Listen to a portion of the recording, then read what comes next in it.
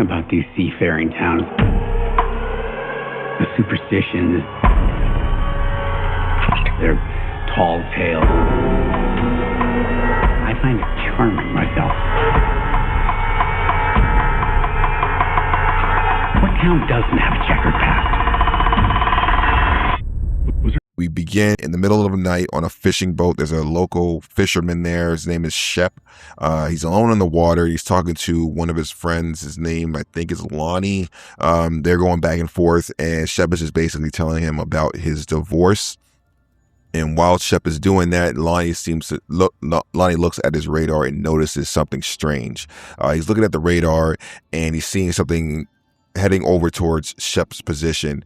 He's trying to let Shep know, give him a good warning, but before that happens, the connection dies, and then shortly after that, the boat loses power. And then Shep goes outside, and he looks and sees that there's birds flying all over the place, and there's a big fog, and then there's darkness. And then we cut from that to the town, where we see there's a couple of kids in the car. It looks like they're smoking some stuff, if you know what I mean. It looks like they're just hotboxing the whip, just doing teenager shit. And then the radio starts to turn to static, and then we start to see the streetlights go off and they die. And then shortly after that, the whole town looks like it loses power. And right after we see the town lose power, after the complete darkness, we cut to a house where there's a man in his underwear who's been waking up by this power loss and also a violent earthquake. He goes to check the lights. They're off. He grabs a flashlight and checks the room, and he's obviously looking for either a kid or somebody that lives there. And then you kind of put two and two together, and you think maybe one of those kids is probably one of his kids. But he didn't see whatever he was looking for in that room. So then we don't know who this person is just yet, but then we cut to the next morning, and we see a car pull up to a parking spot with a placard that says Mayor Tom Loftus, and out of that car comes the guy that was in his underwear just last night. So that's the mayor. So he's Tom. And then we go into the town hall where all the craziness really begins. We kind of get to see how the town is, where the town's people are. No one really cares about the power outage. They're too busy talking about different rumors about what's going on with this person and that person in the town. But Tom, it seems very, very stressed out. He's just trying to keep things going, and we don't really know why just yet. But everybody else doesn't seem as frantic as Tom is, but we soon learn that the reason why Tom is being so frantic is because we know that it's from the New York Times that's heading to the island today, and Tom believes that a good review from this travel writer can turn this island into basically Martha's Vineyard, with a bunch of tourists and success and investments and just an overall boost to the economy of that island. He wants it to succeed. He's not a bad guy, but he's got tunnel vision in making this one instance from this one writer succeed, so that he thinks that it'll be a cascading effect to where everything will just boom after that. And while Tom is trying to get all the logistics down in the town hall, his assistant lets him know that he gets a call from the sheriff Beecher. He lets him know that the fisherman that we saw in the beginning, his name is the fisherman Shep, he never returned from his fishing trip. So he's been officially logged as missing. So the sheriff wants to close down the harbor just to kind of figure out what's going on. But Tom obviously is not going for that, because the travel writer comes today, and that would ruin the whole trip for the writer and success for the island down the line. So all of that is going on, and then Tom Bolts finds out that the ferry arrived a bit earlier than expected. Basically, he finds out that the travel writer has got there early, and he could be anywhere. And Tom's worried about scaring him away, basically. So he's racing around all over the place trying to find the travel writer, and he finds the travel writer in one of the local historic society buildings. And then we're introduced to a nice lady. I think her name is Jerry. And we basically we're cutting into the middle of the conversation, and she's just talking about all of the crazy history that's happened here. They were talking about witch burnings, and they're talking about cannibalism. She's talking about all the shipwrecks, murders, the craziest things. Nothing very nice that's going on about the island. Any craziness about the island, she's divulging to this travel writer who just dropped down here. So Tom, hearing this, he tries to cut her off and portray more sanitized version of it, but Jerry kind of cuts Tom off and tries to tell our writer exactly what's happened in a more raw and darker version. And we cut back into town hall where we meet this guy. His name is Wick. He sounds like the local crazy man. We'll find out he's probably not as crazy as we think. He's basically trying to tell them to shut down the island because everything that's happened so far he doesn't believe that they're random. He thinks that it's signs of something going on within the island, and that the island is sort of waking up, so to speak. Him and Tom have been going back and forth about whether or not to shut the island down, and butting heads. Wick goes off and so there's big blaring noise, and it catches Tom's attention from town hall. So Tom and his assistant rush down over to the source of the sound, which is the lighthouse area where the siren is going off, and Wick's standing outside basically telling him that he doesn't want to shut it off because he does think that something is going on.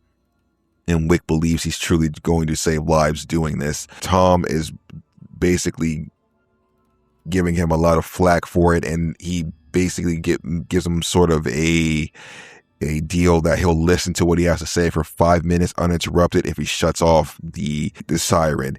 And other people in the area are yelling at Wick too, so Wick kind of decides to go ahead and take him up on the offer. And then we go to the Salty Whale, I think it is. It's like a bar or something like that, where Wick decides to lay down everything that's going on, or what he believes is going on at this time.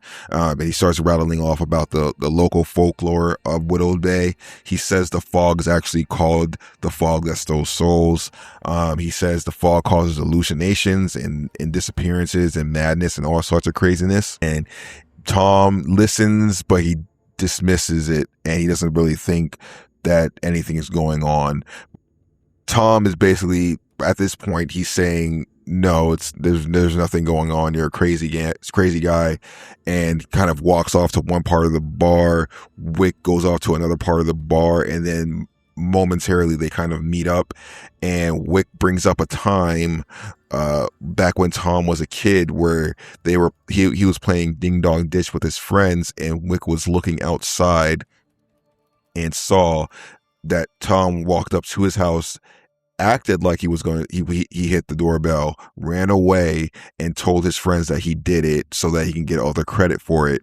And Wick is bringing that point up to say that he doesn't think he's a good leader because he was too scared to ring the doorbell back then. So he's basically calling him a coward now. After that, we see the fisherman come back. We see Shep. Shep comes back, but he's not looking too hot. Shep walks into the bar and basically collapses right down onto the floor, all wet, soaked, and in the same clothes he was in when he disappeared. So obviously he gets taken to the hospital, and then we cut over to the hospital where Tom is there. The doctor says that he's just unconscious for now. So Tom goes into Shep's room and visits him. He sits down and he turns away from Shep for a few moments, and we see Shep's eyes open up, and they're totally white. Just there's no pupils or anything. They're open and white. And right after that, Tom looks back at Shep, and as soon as he does, Shep grabs him and starts shaking him, and Tom is at this point totally freaked out, and he's basically pushes himself off of Shep and backs off into a corner. And you could tell whatever he was all that hot shit he was talking before about not believing it, he looks like he's starting to believe whatever. So that something's going on. He doesn't know what, but he thinks something's going on. It's not just anything anymore. So he's sitting down, and it's just a long shot of him just looking fearful. And the actor really sells it, because you could just by looking at his face, you can tell something's that his confidence has broken. After that, we cut over to the night, and he goes to meet at the restaurant with the travel writer, and they start talking about Arthur's thoughts were on Widow's Bay, and he loves it. He's going to write a glowing review, but Tom is very happy, but also due to the prior events at the hospital, he's not really super focused on it. Now he's looking for signs of what could be possibly happening. So he starts to see the fog kind of surround the restaurant, and he starts to see people leaving. And at this point, Tom's confidence is totally broken, and Tom is basically snaps, and he tries to stop the people from going outside. He's basically saying there's something in the fog, and everybody else around him gets quiet, so the whole restaurant is quiet. And Tom, the mayor, is acting like the kooky old man that I thought Wick was. He's trying to keep everybody inside, but nobody listens. They go outside. Nothing happens. So obviously that's a bad look. He looks crazy. He's on the ground. The travel writer, bless his heart, it doesn't seem to faze him at all. He's still going to go ahead and write a good review about Widow's Bay. So it was funny, but also like kind of sad at the same time, because Tom is the only person that really wants this bay to succeed and become the Martha's Vineyard, so to speak. So Tom is honestly, now he's in shambles. He's sitting there at the end of the night. It's closed up. Everybody's gone pretty much except for the owner. Tom is over there having a drink. So the owner tells him to lock up. And so it's just Tom there, and he drinks for a little while. And then he goes to the bathroom to wash up and kind of shake himself off and kind of, try to lock back in. And that's the end of it, or so we think, because after that he leaves the restaurant, but we don't leave the restaurant. We're still in the bathroom, and the shot goes from the top of the mirror of the bathroom and just a single shot going down to the basement. And then in the basement we see a chair with straps on it that looks like it'd be something for some sort of torture or something like that. And then we see two big metal doors in front of that chair. And it's just a single shot, and it just looks super creepy. And we don't know what's going on, what went on down there, because aside from the chair and the door, it basically looks like an old basement with that chair and the metal door. But we don't get any answers yet. So it's just a big ball of mysteries from in all angles. We don't know what happened to Shep. We don't know what the deal with the fog is yet. We don't know why the chair is down there and what those metal doors lead to. And that is just a disturbing image. And then it cuts to the credits, and that was the first episode. And I think that's a very good way to end the episode, because it left me with a bunch of questions, and it was just spooky enough to make me want to keep watching. So I obviously immediately watched the second episode to learn more. And I think it's very compelling mystery. Also, as well as towing the line between horror and comedy at the same time, between the eccentric characters and the the creepy atmosphere. It's just you're constantly going back and forth, but it doesn't feel too jolting. It just feels like it's part of the whole atmosphere. I think it was a very good episode. It was funny, spooky, and mysterious, and those three things are always going to sit well with me.